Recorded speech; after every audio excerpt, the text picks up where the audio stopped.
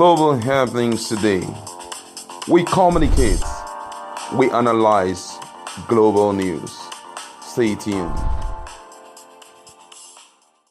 Hello guys, welcome back to our channel. We are so excited to have you again. All right, we're looking at the action of the House of Representatives towards the 22.7 billion naira loan requested by the president. And we know that during that period, I think in the month of February, when the loan was presented before them, they declined approving the loan because of the exclusion of the Southeast.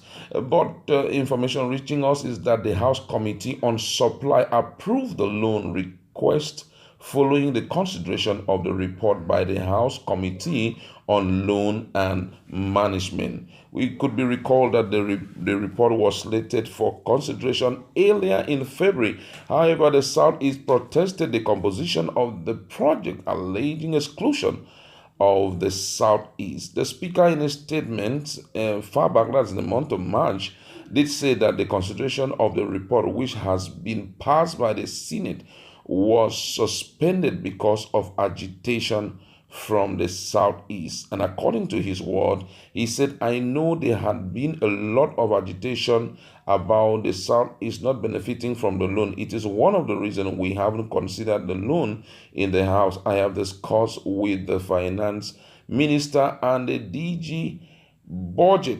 Speaking on the report, the chairman of the House Committee on Loan and Management, Ahmed Savannah, said the committee is recommending the inclusion of the Port Harcourt Maiduguri rail line in the next list loan requests, which means I think they will be considering that in the $5.5 million dollar loan that they are going to be, going through right now. Now, the total amount that we are looking, which had been approved, is 22,798,444,773 dollars, and this amount is to be sourced from not less than 6 banks.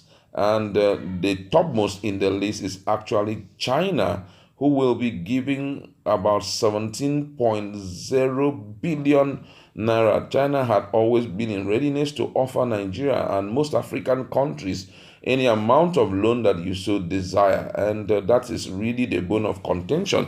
The World Bank will be giving 2.8 billion naira. African Development Bank will be giving 1.8 billion naira. Islamic Development Bank, IDB, will be giving $110 million. Sorry, all of them were in dollars actually. And German Development Bank will be giving $200 million. And lastly, AFD will be giving $480 million. Speaking on behalf of the Southeast Caucus, the Deputy Whip of the House, Nkiruka Onyejocha, said the approval of the loan is a bitter pill to swallow for her and the Southeast. Also speaking on the loan, the Chief Whip said the Northeast will support the loan based on the agreement that the Port Harcourt Maiduguri rail line will be in the next budget. The Speaker, in his reaction, said his attempt to correct the defect prove abortive as the request is based on agreement. Those were just the reason behind the approval of the loan, and this is really mind-boggling for the Southeasterners, and I think that is why they have persisted in driving for their cessation from Nigeria, because it seems that they are fully undermined. During the period of the analysis of this loan, when we looked through it, it was so glaring that the Southeasterners were totally exempted from it. And most people, especially during the time it was in the Senate floor, when they were deliberating over it in the Senate floor, most of the politicians, they reacted bitterly, and most of them talked about it. After the approval, it was there, in House of Representatives for as long as now. Now, the troubling aspect of this is the fact that despite how long it has been, the issue still stands unresolved. Now, Buhari had already filed in another loan request of about $5.5 billion before the House of Rep again. And that nobody really know the contents of that particular loan yet, because I believe that they have not x-rayed the details. But however, I feel that at this point, that whatever that will be done, especially in this second phase where he will be seeking for more loans, I think the Southeast must be involved, because whether we like it or not, they have been able to contribute reasonably to the development of Nigeria, though they are still crying foul, looking for how they are going to succeed. But I think, for benefit of doubt, the government needs to come very clear, so that to make them realize that they are still part of what is currently going on in the country. But most importantly, we are looking at some of the banks that are going to take central stage in loaning this money to Nigeria. As I did mention when I was, telling you about the news, the topmost in the list is actually China Exim Bank, which will be offering as much as $17 billion. No other bank had been able to give as much as that. And we just want to look at this because we are looking at this in line with what is currently happening in other countries where they are taking central stage in the area of lending money to the country. How has it been? In event of us not being able to pay, what will be the situation like? My colleague is in the house, so we just want to look at that. What do you think about them being the topmost, among those we are sourcing money from? I'm afraid of the financial slavery we're looking at here, because the truth of the matter is, if you take a retrospect, if you look at African countries like Zimbabwe, like South Africa, you notice that some of their financial assets, their infrastructural assets, have been indirectly being given to China. If you go to South Africa, there's a part of South Africa where Chinese practically live. It's like their home. Now, we don't even know some of the collaterals our present dispensation government have signed, okay? And they keep giving. Chinese are no fools. They know that looking at our pedigree, looking at our economic strength, looking at how financially bankrupt we are right now, financially we are in recession, and yet they're willing to give so much. There's a bigger picture they're looking at, and I fear that it may be our infrastructure, our amenities that they're actually angling at, and that may be economic slavery. The first one we had initially was the colonial slavery of human being moved to these foreign countries. This dispensation is going to change. It's going to be the other way around.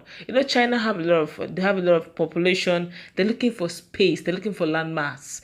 Okay, Africa have land mass. Africa is blessed. Nigeria is blessed with so many resources. So while we are unable to harness that which God has given us naturally, China is seeing the bigger picture. We have lead, we have mineral resources, we have gold, we have uranium, we have, you name it, we have it in uranium is not in commercial quantity, but we do have them, and so many others, that fertile land, have so many others. So they're looking at the bigger picture, they're giving it to us. I fear that it may be 2050, Nigeria may not really be for Nigerians. Probably we'll be looking at Nigeria-China collateral, where Nigerians will just be occupants, while the real people and the real deal now may be Chinese. All right. We're looking at the possible repayment plan, and where would these monies be sourced from? Because already, I think I heard something some few days ago about when you get a notification for any financial transaction you get involved with.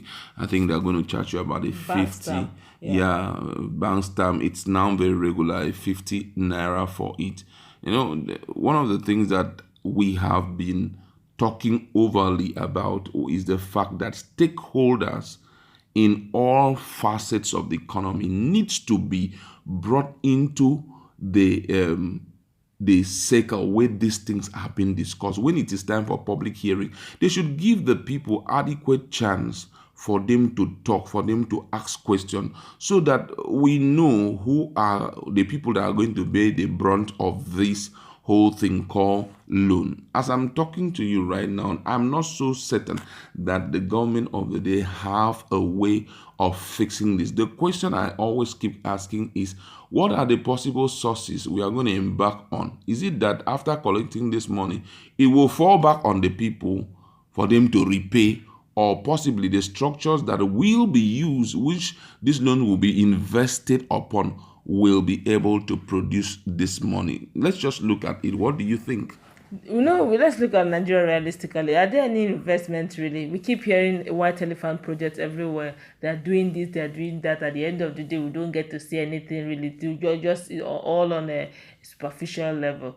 But looking at it very critically, I feel that Nigerians may likely be the one to, offset a little, maybe initial payment will come from Nigerians. But the initial thing you get to hear is when the legislatures will begin to say no, Nigerians should not. All those their wonderful laws they usually make, it doesn't really benefit Nigerians much. Now, if they say Nigerians should pay, the lawmakers are very rich. They are very very financially able. So 15 naira from their stamp duty, they actually get proceeds from some of these monies. They have a way of getting it one way or the other. So if they get to pay 50 naira for all transaction and every other way that the government of the day decide to take those monies from, they won't feel the pinch because they have a way of they have always had their way of getting them. What about the financially poor, the very poor Nigerians who maybe in their little businesses they will still get bank duty, bank stamp, and other things that they've not yet mentioned. They're just rolling the repayment schedule bit by bit to Nigerians. The first one is now bank stamp. We don't know how many to be because the loans are much. Yeah, exactly. So if the loans are much, we need to repay them all individually, except for those ones that are the moratorium is already 3-4 years, of which when they are leaving, the next president to come in and start paying. So the slavery of Nigeria is just beginning. Financial slavery just began. All right, that's where we want to leave it. The truth is, the rape has approved it, and all those time we were celebrating them. That truly they want to look inwards to see how they can stop the continuous borrowing. It is to no avail. I don't know why, because possibly when I was looking at it, I was believing so much on the independency of legislature, but all the same, we still realize that it boils down to the same thing again. I don't know. We still believe in one Nigeria. Let's see how the future will look like. Just go to our comment section. Let us interact. What's your position?